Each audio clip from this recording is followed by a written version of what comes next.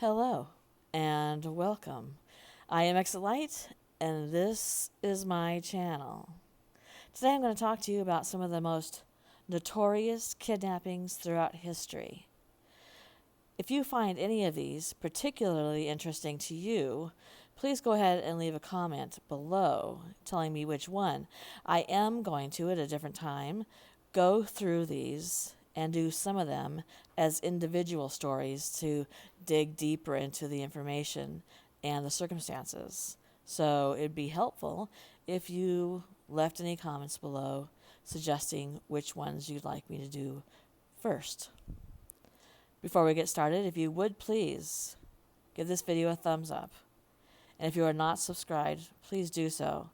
And if you do, please click that bell. It'll notify you when my content goes live, and it really helps my channel. All right, let's get going. 1 minute, they're here, and the next, they're gone. The history of infamous kidnappings in America is long, and it stretches back centuries. In some cases, the missing were released. In others, they were recovered alive, while others were not so lucky, and still some remain unsolved. And we're going to talk about some of those today. Little Cynthia Ann Parker. On May 19th of 1836, in Waco, the 9-year-old Texan girl was kidnapped by Comanche Indians during a surprise attack on her family's homestead. She was spotted 4 years later, living as a member of the tribe and unwilling to return to society. Charlie Ross. On July 1st, 1874, in Philadelphia, 2 men kidnapped the little boy with the promise of buying him and his brother candy. The kidnappers demanded $20,000 in ransom, and the case becomes the crime of the century. $20,000 in 1874 would be an unbelievable amount of money to just come up with. Charlie was never found, and he was never returned, and it is now one of the most famous disappearances in U.S. history, and also the first American kidnapping for ransom to receive widespread media coverage. Eddie Cudahy. On December 18th, 1900, in Omaha, a local butcher abducted the 16-year-old son of the millionaire owner of the Cudahy Packing Company. The ransom note demanded $25,000 and refers to the Charlie Ross kidnapping, and the family hired the Pinkerton Detective Agency to lead the manhunt. The day after his family received the note for the ransom, his father paid, and the boy was returned unharmed several hours later. Elsie Parabeck. On April 8, 1911, in Chicago, the little Czech-American girl disappeared while walking to her aunt's home. Police are convinced that the gypsies from a nearby encampment were involved. To this day, Elsie's kidnapping and eventual murder remain unsolved. Bobby Dunbar. On August 23, 1912, in St. Landry Parish, the 4-year-old disappeared during a family fishing trip to Swayze Lake in Louisiana.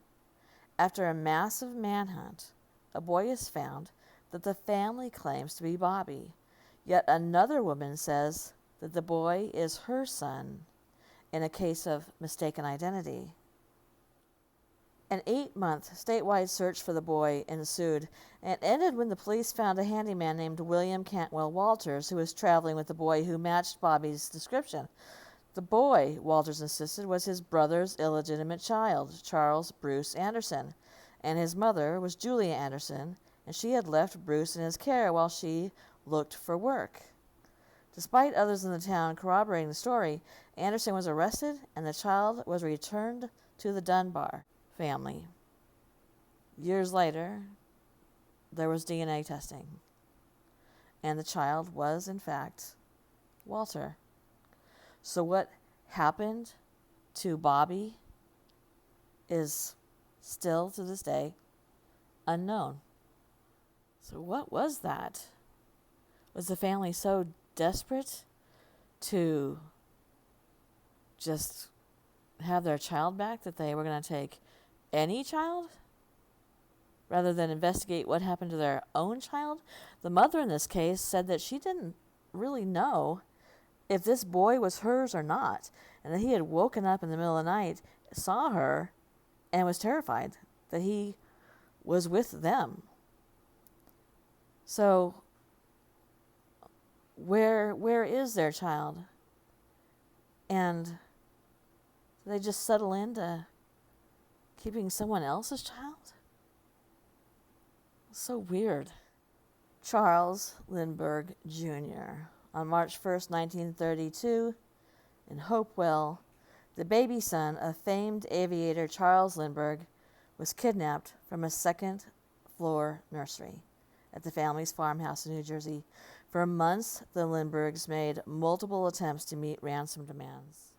The baby was missing for 72 days and was accidentally found murdered within direct sight of the home from which he'd been kidnapped. His skull had a fracture and a hole over the right ear.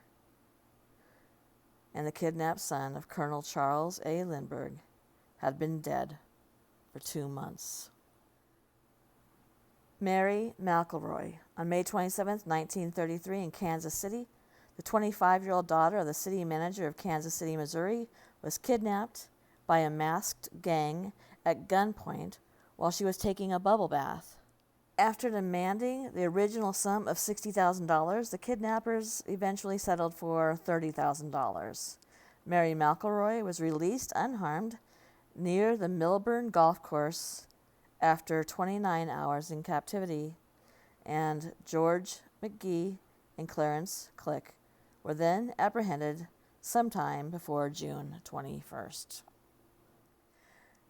That is going to be our final one for today. I have several more coming up, so stay tuned for this segment. And like I said, go ahead and leave me comments and tell me if there's any one of the above that you'd like me to look into further and do an entire video on. And we'll just keep doing that until we get through this list. What do you think? All right. Thank you for coming to my channel, and good night.